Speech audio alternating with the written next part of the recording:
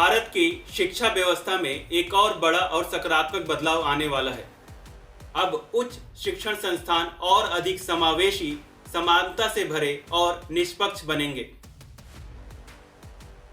नए यूजीसी नियम 2025 के ड्राफ्ट आ गए हैं। यूजीसी उच्च शिक्षण संस्थानों में समानता को बढ़ावा देने संबंधी 2025 के नियम, UGC promotion of equity and higher education institution regulation 2025 draft जारी कर दिए गए हैं।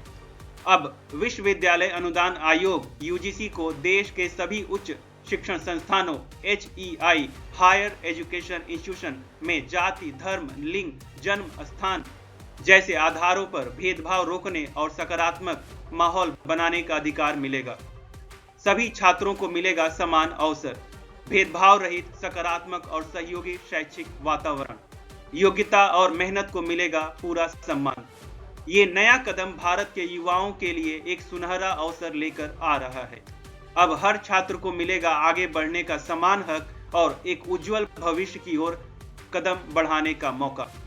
1 मार्च 2025 को केंद्र सरकार ने सुप्रीम कोर्ट में एक बड़ा बयान दिया। 1 मार्च 2025 को केंद्र सरकार ने सुप्रीम कोर्ट में बताया कि नए नियम लागू होने से यूजीसी को पर्याप्त अधिकार मिल जाएंगे, जिससे वह उन विश्वविद्यालयों पर सख्त कार्रवाई कर सकेगा जो नियमों का पालन नहीं कर रहे हैं। इससे पहले 27 फरवरी 2025 को यूजीसी ने इस मसौदे ड्राफ्ट को जनता के लिए प्रकाशित किया था। अब इसमें जनता की राय जानने के लिए 30 दिनों के भीतर सुझाव और आपत्तियां आमंत्रित की गई हैं। यानी अगर आपके पास कोई सुझाव है तो आप अपनी बात रख सकते हैं। इस ड्राफ्ट से यूजीसी को अधिक शक्ति मिलने से उच्च शिक्षण संस्थानों में अनुशासन और गुणवत्ता सुनिश्चित होगी। गैर अनुपालन करने वाले विश्वविद्यालयों पर सीधा एक्शन लिया जा सकेगा। शिक्षा व्यवस्था में सुधार की दिशा में यह एक बड़ा कदम माना जा रहा है। रोहित वेमुला और पायल तडवी मामले से प्रेरित नई नियमावली भारत में उच्च शिक्षण संस्थानों में जातिगत भेदभाव और इससे जुड़े आत्महत्या के मामलों में गंभीर चिंता पैदा की है। रोहित वेमुला और पायल तडवी के मामले। रोहित वेमुला, जो हैदराबाद केंद्रीय विश्वविद्यालय में PhD के छात्र थे, उन्होंने 2016 में आत्महत्या कर ली थी। पायल तडवी, जो मुंबई के टोपीवाला नेशनल मेडिकल कॉलेज में अध्ययनरत एक आदिवासी छात्रा थी, ने 2019 में आत्महत्या कर ली थी। इन दोनों मामलों ने जातिगत भेदभाव के मुद्दे को प्रमुखता से उजागर किया और देश भर में बहस छेड़ दी। सुप्रीम कोर्ट ने पाया कि पिछले 14 महीनों में देश के विभिन्न उच्च शिक्षण संस्थानों में कम से कम 18 छात्रों ने आत्महत्या की, जिसमें जातिगत और सामाजिक भेदभाव एक प्रमुख कारण रहा। मौजूदा नियमों में कमी, लैग के कारण यूजीसी के पास सख्त कार्रवाई करने के पर्याप्त अधिकार नहीं थे। नई नियमावली की आवश्यकता। इन घटनाओं से सीख लेते हुए सरकार और यूजीसी ने उच्च शिक्षण संस्थानों में भेदभाव को रोकने के लिए सख्त नियम लागू करने का निर्णय लिया है। इससे उम्मीद है कि भविष्य में ऐसे दुर्भाग्यपूर्ण घटनाक्रमों को रोका जा सकेगा और एक बराबरी, समावेशी व सुरक्षित शैक्षणिक माहौल सुनिश्चित किया जा सकेगा। ये नए यूजीसी नियम 2025 की प्रमुख बातें। नए नियमों के अनुसार भेदभाव को इस प्रकार परिभाषित किया गया है: कोई भी अनुचित, पक्षपातपूर्ण, असमान व्यवहार या ऐसा कोई भी कार्य जो किसी भी हितधारक स्टेक होल्डर को केवल धर्म, जाति, लिंग, जन्म स्थान, नस्ल आदि के आधार पर प्रभावित करे।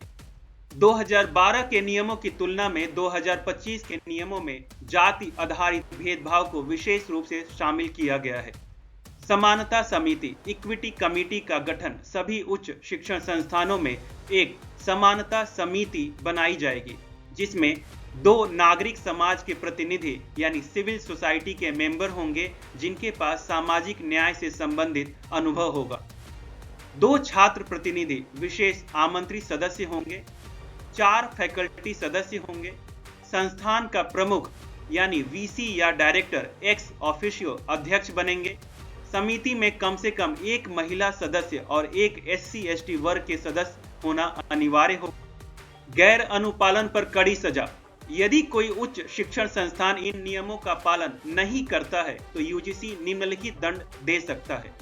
विश्वविद्यालय संस्थान की मान्यता रद्द कर सकता है, संस्थान को मिलने वाले सरकारी अनुदान फंडिंग पर प्रतिबंध लगा सकता है, open and distance learning ODL और ऑनलाइन डिग्री प्रोग्राम्स को बंद कर सकता है। अतिरिक्त दंडात्मक कार्रवाई भी की जा सकती है जो मामले की गंभीरता के अनुसार तय होगी। झूठी शिकायतों पर भी सख्त प्रावधान। अगर कोई व्यक्ति झूठी शिकायत दर्ज करता है तो उसके खिलाफ दंडात्मक कार्रवाई की जा सकती है। इसके तहत झूठी शिकायत करने वालों पर जुर्माना लगाया जा सकता है और अनुशासनात्मक कार्रवाई भी हो सकती है। नए नियमों की आवश्यकता क्यों पड़ी? 2012 के प्रमोशन ऑफ इक्विटी रेगुलेशन के तहत भी भेदभाव रोकने के प्रावधान थे, लेकिन उनमें सख्ती की कमी थी। 2025 के नियमों में स्पष्ट प्रावधानों के साथ यूजीसी को मजबूत अधिकार दिए गए हैं। उच्च शिक्षण संस्थानों में समान अवसर सुनिश्चित करने के लिए समानता समिति की स्थापना पहली बार अनिवार्य की गई है। यदि हम इस पूरे नियम का या ड्राफ्ट का निष्कर्ष देखें तो पाते हैं कि यूजीसी द्वारा प्रस्तावित 2025 के नए नियम उच्च शिक्षण संस्थानों में भेदभाव रोकने के लिए एक महत्वपूर्ण कदम है। इन नियमों के तहत जाति, धर्म, लिंग या किसी अन्य आधार पर भेदभाव करने वाले संस्थानों पर सख्त कार्रवाई की जाएगी। समानता समितियों के जरिए शिकायतों की जांच होगी और पीड़ितों को न्याय मिलेगा। झूठी शिकायतों पर भी सख्त दंड का प्रावधान किया गया है। सरकार को उम्मीद है कि नए नियमों से उच्च शिक्षण संस्थानों में समानता और समावेशन को बढ़ावा मिलेगा और जातिगत भेदभाव पर पूर्ण रोक लग सकेगी।